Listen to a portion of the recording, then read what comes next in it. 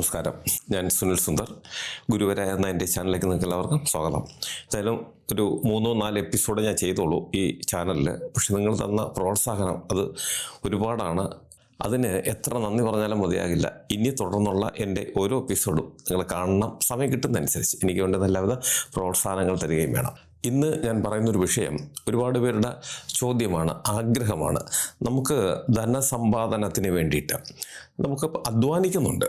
പക്ഷെ അധ്വാനിക്കുന്നവർക്ക് നല്ല രീതിയിൽ സാമ്പത്തികം വീട്ടിലേക്ക് വരാൻ വേണ്ടിയിട്ട് നമുക്ക് വീട്ടിൽ ചെയ്യാൻ പറ്റുന്ന ഏറ്റവും പവർഫുള്ളായിട്ടുള്ള കർമ്മങ്ങൾ ഏതെങ്കിലും ഉണ്ട്. ചെറിയ ചെറിയ കർമ്മങ്ങൾ ഒരുപാടുണ്ടെങ്കിലും വളരെ ശക്തമായ രീതിയിൽ, അതായത് നമ്മൾ ചെയ്താൽ നമ്മൾ പറയുന്ന ദിവസത്തിനുള്ളിൽ അല്ലെങ്കിൽ അതിന് നിശ്ചയിച്ചിട്ടുള്ള ദിവസത്തിനുള്ളിൽ നമുക്ക് ഫലം കിട്ടുന്ന, സമ്പത്ത് നമ്മുടെ വീട്ടിലേക്ക് വരുന്ന ഏതെങ്കിലും വിധത്തിലുള്ള കർമ്മങ്ങളുണ്ടോ എന്നാണ് പലരുടെയും ചോദ്യം. വളരെ ശക്തമായിട്ടുള്ളതും ഇന്ന് ഒരുപാട് പേര് വിദേശ രാജ്യങ്ങളിൽ പോലും ചെയ്യുന്നതായിട്ടുള്ള ഒരു കർമ്മത്തെക്കുറിച്ചാണ് ഇന്ന് ഞാൻ പറയുന്നത്. നിങ്ങൾക്ക് ജ്യോതിഷപരമായോ വാസ്തുപരമായോ എന്തെങ്കിലും കാര്യങ്ങൾ അറിയണമെന്ന് ഞാൻ പറഞ്ഞാൽ മതി എന്നുണ്ടെങ്കിൽ ഇപ്പോൾ ഈ സ്ക്രീനിൽ എഴുതി കാണിക്കുന്ന എൻ്റെ ഓഫീസിൽ ഓൺലൈൻ ബുക്കിംഗ് നമ്പറാണ്. ഈ നമ്പറിലേക്കാണ് നിങ്ങൾ വിളിക്കേണ്ടത്. 1-2 ചെറിയ കാര്യങ്ങളുണ്ട്, അതനുസരിച്ച് നിങ്ങൾ ബുക്ക് ചെയ്യണം. അങ്ങനെ നിങ്ങൾ ബുക്ക് ചെയ്താൽ നിങ്ങൾ ചോദിക്കുന്ന ജ്യോതിഷപരമോ വാസ്തുപരമായ കാര്യത്തിൻ്റെ മറുപടി ഞാൻ നിങ്ങൾക്ക് തരാം. അത് കേട്ടിട്ട് നിങ്ങൾ തിരിച്ചു വിളിക്കുകയും ചെയ്യും. അപ്പോൾ നമുക്ക് ഇന്നത്തെ വിഷയത്തിലേക്ക് കടക്കാം. എനിക്ക് ആദ്യം ഒരു ചാനലുണ്ട്, സുനിൽ സുന്ദർ രാമൻ എന്നാണ്. അപ്പം ആ ചാനലിൽ അധികമായി ഞാൻ ഈ പ്രേതകഥകളെക്കുറിച്ച്, അതായത് പ്രേതങ്ങളെ ഒഴിപ്പിക്കാൻ പോകുന്നൊരു വ്യക്തിയാണ് ഞാൻ. അങ്ങനെ ഞാൻ പോയി ചെയ്തിട്ടുള്ള സംഭവങ്ങളാണ് അതിന് പ്രാധാന്യം കൊടുത്തുകൊണ്ട് ഞാൻ അവതരിപ്പിക്കുന്നത്. അപ്പോൾ ഇതുപോലുള്ള കാര്യങ്ങളാണ്. ഒരുപാട് പേര് ചോദിക്കുന്നൊരു ചോദ്യമാണ്, നമുക്ക് ഒരുപാട് അധ്വാനിക്കുന്നുണ്ട്, ഒരുപാട് കഷ്ടപ്പെടുന്നുണ്ട്, പക്ഷെ സമ്പത്ത് വരുന്നില്ല. വന്നാൽ സമ്പത്ത് നമുക്ക് നിലനിൽക്കുന്നില്ല. അപ്പോൾ സമ്പത്ത് വരുന്നതെന്ന് വെച്ചാൽ ആദ്യമേ ഞാനൊരു കാര്യം പറയാം. ഞാൻ ഈ പറയുന്ന കർമ്മം നിങ്ങൾ കൃത്യമായി അനുഷ്ഠിക്കുകയാണെങ്കിൽ വെറുതെ വീട്ടിൽ ഇരുന്നാൽ കാശ് വരില്ല. അത് 100% ആദ്യമേ ഉറപ്പിച്ച് പറയുന്നു. മടിയന്മാർക്കുള്ളതല്ല ഈ പറയുന്ന കർമ്മങ്ങൾ. ഇതെന്നല്ല ഒരു കർമ്മങ്ങളും. ഇപ്പം നമ്മൾ ഏതെങ്കിലും ഒരു നമ്പർ, ലോട്ടറി ടിക്കറ്റിൻ്റെ നമ്പർ അവസാനം 4 അക്കം നോക്കിയിട്ട് പോയി ടിക്കറ്റ് എടുത്ത് വരുന്നവരൊക്കെ ഉണ്ട്. ശരിക്കും പറഞ്ഞാൽ അതൊക്കെ വിഡ്ഢിത്തരങ്ങളാണ്. പക്ഷെ നമുക്ക് തൊഴിൽപരമായിട്ട് ഉന്നതി ഉണ്ടാകാൻ, ഉയർച്ച ഉണ്ടാകാൻ, നല്ല തൊഴിലുകൾ ഉണ്ടാകാൻ, തൊഴിൽ ചെയ്താൽ നമുക്ക് സാമ്പത്തികം കൃത്യമായി വരാനും, സാമ്പത്തികം വന്നാൽ പോരാ, ആ സാമ്പത്തികം നമുക്ക് അനുയോജ്യമായ വിധത്തിൽ അത് ഉപയോഗിക്കാനും കുറച്ചെങ്കിലും നമുക്ക് സമ്പാദിക്കാനും പറ്റുന്ന വിധത്തിലുള്ള, അപ്പം ഇതെല്ലാം ഈശ്വരനെ കൊണ്ട് സാധിക്കുന്ന കാര്യങ്ങളാണ്. ദൈവവിശ്വാസികളാണെങ്കിൽ ഇനി ഞാൻ പറയുന്ന കാര്യങ്ങൾ നിങ്ങൾ ചെയ്തോളൂ. പറയുന്ന അത്രയും ദിവസം നിങ്ങൾ ചെയ്തോളൂ. ഉറപ്പായിട്ടും നിങ്ങൾക്കതിൻ്റെ ഫലം കിട്ടും, ഒരു സംശയം വേണ്ട. അപ്പോൾ അതിന് വേണ്ടിയിട്ട് നമ്മൾ ലക്ഷ്മി കുബേര, ഞാൻ എൻ്റെ ഷോർട്ടൊക്കെ എൻ്റെ ആദ്യത്തെ വീഡിയോയിൽ ഒരുപാട് ഞാൻ ചെയ്തിട്ടുണ്ട്. ധനസമ്പാദനത്തിന് വേണ്ടിയിട്ട് നമ്മൾ അനുഷ്ഠിക്കേണ്ടത് ലക്ഷ്മി കുബേരയാണ്. ലക്ഷ്മി കുബേര എന്ന് വെച്ചാൽ ധനത്തിൻ്റെ അധിപരാണ് ലക്ഷ്മി ദേവിയും കുബേരസ്വാമിയും. കുബേരസ്വാമി എന്ന് വെച്ചാൽ മഹാദേവനാണ് ധനം ഉണ്ടാക്കുന്നത്, ഉൽപ്പാദിപ്പിക്കുന്നത്. അപ്പം മഹാദേവൻ്റെ ധനഭൈരവ ഭാവം, ആ ഒരു ഭാവത്തിൽ 4 കൈകളിൽ നിധി കുംഭവുമായി നിൽക്കുന്ന ഒരു രൂപമാണ്. മഹാദേവന് ഒരുപാട് ഭാവങ്ങളുണ്ട്. അതിലൊന്നാണ് ധനഭൈരവ ഭാവം എന്ന് പറയുന്നത്. അത് തമിഴ്നാട്ടിൽ ഭൈരവൻപെട്ടി എന്ന് പറയുന്ന ഒരു സ്ഥലത്ത് മാത്രമേ ആ ഒരു ക്ഷേത്രമുള്ളൂ മഹാദേവന് വേണ്ടിയിട്ട്. അങ്ങനെ മഹാദേവൻ ഉൽപ്പാദിപ്പിക്കുന്ന ധനം, ഭഗവാൻ ഭിക്ഷാന്തേഹി ആയതുകൊണ്ട് ആർക്കും ധനം കൊടുക്കാൻ അദ്ദേഹത്തിന് താല്പര്യമില്ല. അതുകൊണ്ട് ആ ഉത്തരവാദിത്വം ഏൽപ്പിച്ചിരിക്കുന്നത് ഈ 2 പേരാണ്, ലക്ഷ്മി ദേവിയും കുബേരസ്വാമി എന്ന്. ലക്ഷ്മി ദേവി എന്ന് വെച്ചാൽ അത് ദേവഭാവം തന്നെയാണ്. കുബേരസ്വാമി പറഞ്ഞാൽ അങ്ങനെയല്ല, രാക്ഷസ രാജാവാണ്. നമ്മുടെ രാമായണത്തിലെ രാവണൻ്റെ ജ്യേഷ്ഠ സഹോദരനാണ്. പിതാവ് 1 മാതാവ് 2. അങ്ങനെ രാക്ഷസ കുലത്തിൽ പിറന്ന ഒരു ആളാണെങ്കിൽ പോലും, ഒരു രാക്ഷസ രാജാവാണെങ്കിൽ പോലും മഹാദേവനോടുള്ള അമിതമായിട്ടുള്ള ഭക്തി, അദ്ദേഹത്തിൻ്റെ സത്യസന്ധത. ഇപ്പം ധനം നമ്മളാണെങ്കിൽ പോലും ധനം ഏൽപ്പിക്കുന്നവർ സത്യസന്ധരായിരിക്കണം.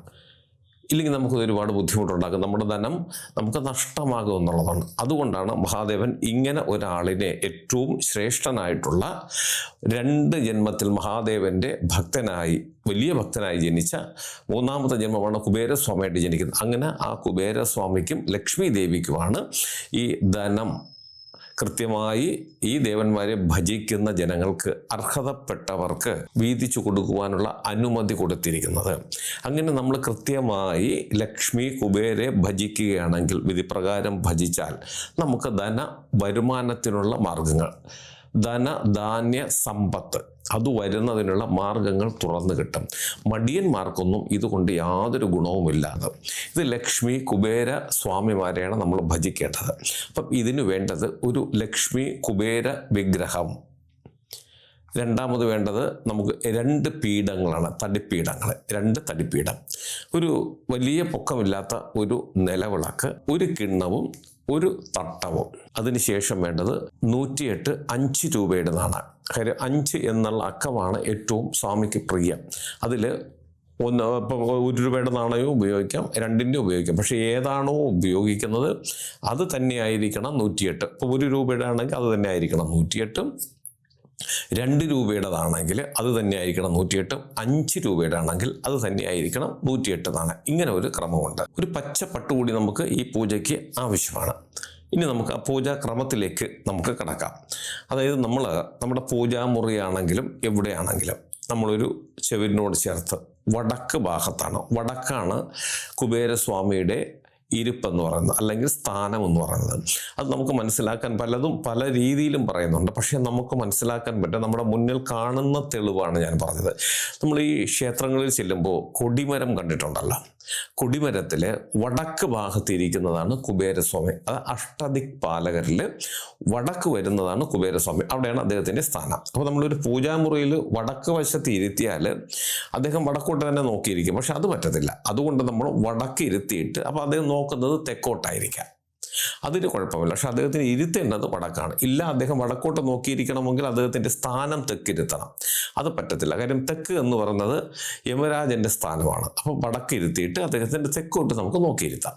ഇപ്പോൾ ഒരു പൂജാമുറിയിൽ വടക്ക് ചെവിരിനോട് ചേർന്ന്, അതായത് സാധാരണ നമ്മൾ കത്തിക്കുന്ന വിളക്കും പൂജയും പടങ്ങളും ഒക്കെ ഉണ്ട്, അതവിടെ ഇരുന്നോട്ടെ. അത് കിഴക്ക് പടിഞ്ഞാറും ആയിരിക്കുമല്ലോ. പക്ഷെ ഇത് വടക്ക് ചെവിരിനോട് ചേർന്ന് ഒരു പീഠം നമ്മൾ ഇടുക, ഒരു തടിപ്പീഠം. അതിനുശേഷം അതിൻ്റെ പുറത്ത് പച്ചപ്പട്ട് വിരിക്കണം. വിരിച്ചതിന് ശേഷം ഈ ലക്ഷ്മി കുബേര വിഗ്രഹം അത് നല്ല വൃത്തിയാക്കി ശുദ്ധമായ ജലത്തിൽ കഴുകിയതിന് ശേഷം ആ പട്ടിൻ്റെ പുറത്ത്, പീഠത്തിൻ്റെ പുറത്ത് വയ്ക്കുക.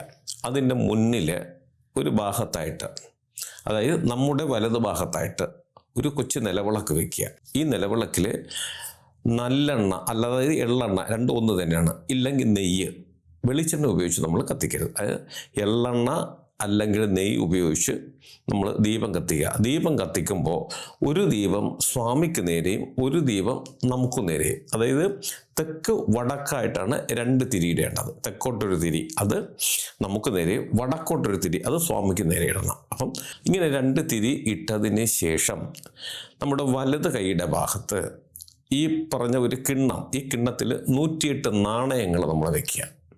എന്നിട്ട് സ്വാമിയുടെ പീഠത്തിൻ്റെ മുന്നിലായിട്ട് ഒഴിഞ്ഞ തട്ടം വയ്ക്കണം. വെച്ചതിന് ശേഷം നമ്മൾ പൂക്കൾ നമുക്ക് ഉപയോഗിക്കാം. ജമന്തിപ്പൂവ്, റോസാപ്പൂവ്, ഇതൊക്കെയാണ് സ്വാമിക്ക് ഏറ്റവും ഇഷ്ടമായ പുഷ്പങ്ങൾ. ഈ പുഷ്പങ്ങൾ കിട്ടുമെങ്കിൽ അത്, ഇല്ലെങ്കിൽ നമുക്ക് കിട്ടുന്നത്. പക്ഷേ ഇതാണ് സ്വാമിക്ക് ഏറ്റവും പ്രിയപ്പെട്ട പുഷ്പങ്ങൾ. ഈ പുഷ്പങ്ങൾ ആദ്യം നമ്മൾ കുളിച്ച് ശുദ്ധമായി നല്ല വസ്ത്രങ്ങൾ ഒക്കെ ഉടുത്ത് ഇതേ കണക്ക് പീഠം ഒരുക്കിയതിന് ശേഷം സ്വാമിയുടെ മുന്നിൽ ഇരിക്കുക. ഒരു കാര്യം കൂടി പറയാം. ഒരു മണ്ഡലം 48 ദിവസം എന്ന് പറഞ്ഞു. ഇത് തുടങ്ങേണ്ടത് ബുധനാഴ്ച ദിവസമാണ്. ഇത് തുടങ്ങേണ്ടത് ബുധനാഴ്ച ദിവസം നമ്മൾ തുടങ്ങിക്കഴിഞ്ഞാൽ തുടർച്ചയായിട്ട് 48 ദിവസം. ചിലപ്പോൾ നമുക്ക് മുടക്കം സംഭവിക്കാം. സ്ത്രീകൾക്കാണെങ്കിൽ തീർച്ചയായിട്ടും മുടക്കം സംഭവിക്കും. അങ്ങനെ സംഭവിക്കുകയാണെങ്കിൽ ഒരു 15 കഴിഞ്ഞപ്പോൾ നമുക്ക് ശാരീരികമായിട്ടുള്ള തുടക്കമോ അല്ലെങ്കിൽ മറ്റെന്തെങ്കിലും ബുദ്ധിമുട്ടോ വന്നാൽ നമുക്ക് 7 ദിവസമോ 8 ദിവസമോ ചിലർ 9 ദിവസം കഴിഞ്ഞിട്ടായിരിക്കും വീണ്ടും പൂജ തുടങ്ങുന്നത്. അത് കഴിയുമ്പോൾ ഈ 15 എന്നുള്ളത് 16 നമുക്ക് കൂട്ടി തുടങ്ങാം. അപ്പോൾ ഒരു 2 3 എന്താണ് ഈ പറഞ്ഞ മാസമുറ വരുന്ന കണക്കിനായിരിക്കും ചിലപ്പോൾ സ്ത്രീകൾക്ക് ഇത് ഈ 48 ദിവസം പൂർത്തിയാക്കാൻ സാധിക്കുന്നത്. മുടക്കം വരാതെ ഒരിക്കലും നമുക്കിത് പൂർത്തീകരിക്കാൻ സാധിക്കില്ല എന്നതാണ്. അപ്പോൾ അത് കഴിഞ്ഞപ്പോൾ 48 ദിവസം കഴിഞ്ഞാൽ വീണ്ടും നമുക്ക് അടുത്ത വരുന്ന ബുധനാഴ്ച അടുത്ത മണ്ഡലകാലം നമുക്ക് തുടങ്ങാം. അപ്പോൾ ഇത് ചെയ്താൽ ഒരു 3 5 പ്രാവശ്യം 5 മണ്ഡലം 3 മണ്ഡലം അല്ലെങ്കിൽ 5 മണ്ഡലം ചെയ്ത് കഴിഞ്ഞാൽ ഉറപ്പായിട്ടും നമുക്കതിൻ്റെ ഫലം കിട്ടി തുടങ്ങും. പിന്നീട് നമ്മൾ മരിക്കുന്നവരെയും ചെയ്യും. അത്രയേറെ ഫലം ഇതിൽ നിന്ന് നമുക്ക് കിട്ടും എന്നുള്ളത് തന്നെയാണ്. അങ്ങനെ വരുമ്പോൾ നമുക്ക് ഒരു മണ്ഡലം തീർന്നാൽ ചിലപ്പോൾ ഒരു മണ്ഡലം തീരുന്നത് ചിലപ്പോൾ ഒരു ബുധനാഴ്ച ആയിരിക്കാം. പിന്നീട് നമ്മൾ പക്ഷേ അടുത്ത ബുധനാഴ്ച നമ്മൾ തുടങ്ങാൻ പാടുള്ളൂ. ഏതാഴ്ച തീർന്നാലും തുടങ്ങുന്നത് ബുധനാഴ്ച ആയിരിക്കണം. അപ്പോൾ നമ്മൾ പറഞ്ഞു വന്നത് ഇത്രയും ഒരുക്ക് കൂട്ടിയതിന് ശേഷം നമ്മൾ അതിൻ്റെ മുന്നിൽ ഭഗവാന് ഈ ഒരു തടിപ്പീഠം ഇട്ടിട്ട് നമുക്ക് ഭഗവാന് മുന്നിലായിട്ട് ഭഗവാനെ നോക്കി നമ്മൾ ഇരിക്കുക. നമ്മുടെ വലതു ഭാഗത്ത് ഈ ഒരു കിണ്ണത്തിനകത്ത് 108 നാണയങ്ങൾ വയ്ക്കുക. നമുക്കും സ്വാമിക്കും ഇടയ്ക്ക് വരുന്ന സ്വാമിയുടെ മുന്നിലായിട്ട് ഒരു ഒഴിഞ്ഞ തട്ടം വയ്ക്കുക. അതിനുശേഷം നമ്മൾ പൂക്കൾ, ഏതെങ്കിലും പൂക്കൾ കൈകൊണ്ടെടുക്കുക. എടുത്തതിന് ശേഷം ആദ്യം നമ്മൾ കുബേരസ്വാമി മനസ്സുകൊണ്ട് ധ്യാനിക്കണം. ധ്യാനിക്കുമ്പോൾ നമ്മൾ മറ്റൊരു കാര്യങ്ങളും സ്വാമിയെ എടുത്ത് നമ്മൾ പ്രാർത്ഥിക്കരുത്. കാരണം സ്വാമിക്ക് ഒറ്റ കാര്യത്തിന് മാത്രമേ നമ്മളെ സഹായിക്കാൻ സാധിക്കുകയുള്ളൂ. ധാന്യ സമ്പത്തിന് വേണ്ടി മാത്രം, അല്ലാതെ കുട്ടികളുടെ വിവാഹം നടത്തണോ, കുട്ടികളുടെ പഠനത്തിനോ, അല്ലെങ്കിൽ നമ്മുടെ ശത്രുദോഷത്തിനോ, കുട്ടികൾക്ക് വിവാഹം നടക്കുന്ന ഒരു കാര്യത്തിനും അതൊന്നും സ്വാമിയുടെ ഡിപ്പാർട്ട്മെൻ്റ് അല്ല. ധനകാര്യം മാത്രമേ സ്വാമിക്ക് അംഗീകരിച്ചു കൊടുത്തിട്ടുള്ളൂ. അതുകൊണ്ട് നമ്മൾ ധനധാന്യ സമ്പത്ത് തരണം, നല്ല വരുമാനം ഉണ്ടാകണം, വരുന്ന വരുമാനം നിലനിർത്തി തരണമെന്ന് മനസ്സുകൊണ്ട് ഈ പൂക്കൾ കയ്യിൽ വെച്ചതിന് ശേഷം പ്രാർത്ഥിക്കുക. എന്നിട്ട് 5 പ്രാവശ്യം ഇനി ഞാൻ പറയുന്ന മന്ത്രം പറയണം.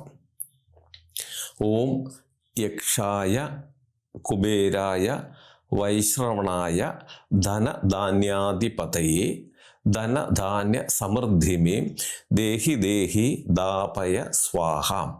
ഈ മന്ത്രം 5 പ്രാവശ്യം പറഞ്ഞിട്ട് ഈ പുഷ്പങ്ങൾ ആ ലക്ഷ്മി കുബേര പ്രതിമയുടെ മുന്നിലേക്കായിട്ട് സമർപ്പിക്കുക. വീണ്ടും ഒന്നുകൂടി നമ്മൾ ധനധാന്യ സമ്പത്തിന് വേണ്ടി പ്രാർത്ഥിക്കുക. എന്നിട്ട് ഇനി പറയുന്ന മന്ത്രം 5 പ്രാവശ്യം. ഓം യക്ഷരാജായ വിദ്മഹേ വൈശ്രവണായ ധീമഹി തന്നോ കുബേര പ്രചോദയാത്. ഇതും 5 പ്രാവശ്യം പറഞ്ഞതിന് ശേഷം ഈ കയ്യിരിക്കുന്ന പൂക്കൾ വീണ്ടും സ്വാമിയുടെ മുന്നിലേക്ക് ഇടുക. അതിനുശേഷം വീണ്ടും നമ്മൾ ഒന്നുകൂടി പ്രാർത്ഥിക്കണം. അതായത് മന്ത്രം തുടങ്ങുന്നതിന് മുമ്പും ഇടയ്ക്ക് വെച്ചും നമ്മൾ നന്നായി പ്രാർത്ഥിക്കുക.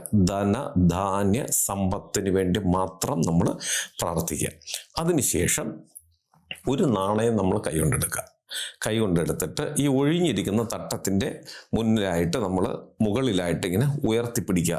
വലുതായിട്ട് ഉയർത്തി, അതായത് ഈ കൂടുതൽ ഉയർത്തിപ്പിടിച്ചാൽ നാണയം വീഴുമ്പോൾ അത് ഈ തട്ടത്തിൽ വീണിട്ട് പുറത്തു പോകാൻ പാടില്ല. എങ്കിലും നമ്മൾ ഈ കൈ വിടുമ്പോഴത്തേക്ക് നാണയം വന്ന് വീഴുമ്പോൾ ഈ തട്ടത്തിൽ തട്ടി ശബ്ദം കേൾക്കുകയും വേണം, എന്നാൽ ഇത് പുറത്തു പോകാനും പാടില്ല. അത്രയും കണക്കിനുള്ളൊരു ഉയരത്തിന് നമ്മൾ പിടിച്ചതിന് ശേഷം നമ്മൾ അടുത്ത പറയേണ്ടുന്ന മന്ത്രം ഓം ലക്ഷ്മി കുബേരായ നമഃ.